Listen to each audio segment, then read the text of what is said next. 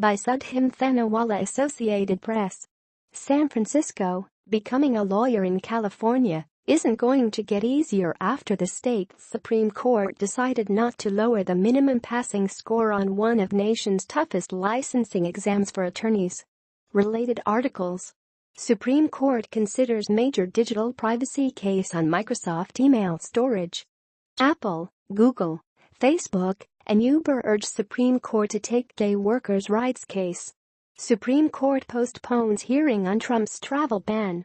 The justices on Wednesday acknowledged a drop in the percentage of people passing the test, but said further study was needed to determine what might be behind the trend.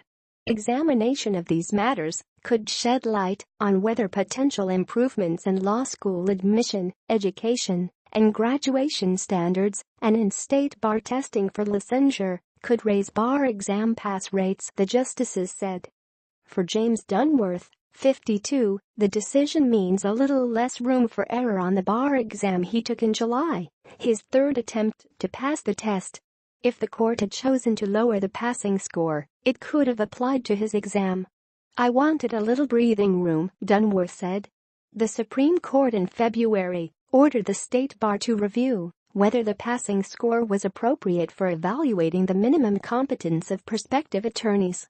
The move came after law school deans said in a letter to the court that California's high score unfairly penalizes students who would have become lawyers in other states.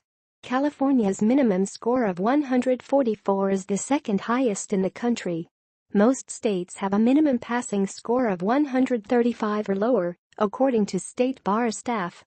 The passage rate on the July test fell from nearly 62% in 2008 to 43% in 2016, mirroring a national trend that has alarmed law school administrators and officials responsible for licensing attorneys. Oregon and Nevada lowered their passing scores this year amid a similar decline. In California, the proposal to lower the minimum score ignited a broader debate about racial diversity among attorneys, the quality of law schools and their students, and the skills lawyers need most. The declining passing rate has become a proxy for so many issues in the legal field, said Derek Muller, a professor at Pepperdine University School of Law in Los Angeles who has studied legal education and standards. Law school deans in the state say California's higher minimum score is unjustified, does not produce better lawyers and disproportionately keeps African American and Hispanic applicants from becoming attorneys. Opponents of immediately lowering the score say law schools need to take a closer look at the caliber of their students and how well they are preparing them. The state bar plans to study those issues. Stay up to date on breaking news with our mobile app from the Apple App Store or the Google Play Store. Some experts say a dip in law school applications has forced institutions to accept applicants who have not done as well academically, and that might explain the drop in bar exam passing rates.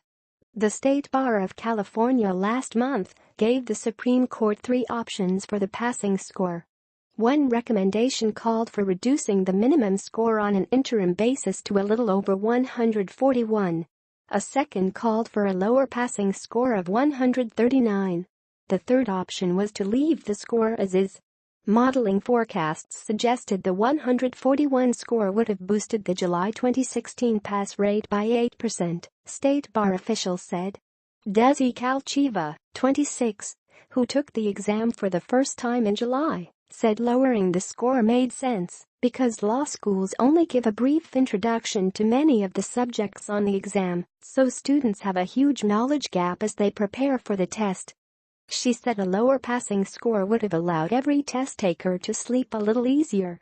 "But I guess we don't have the luxury," she said. Her results come out in November.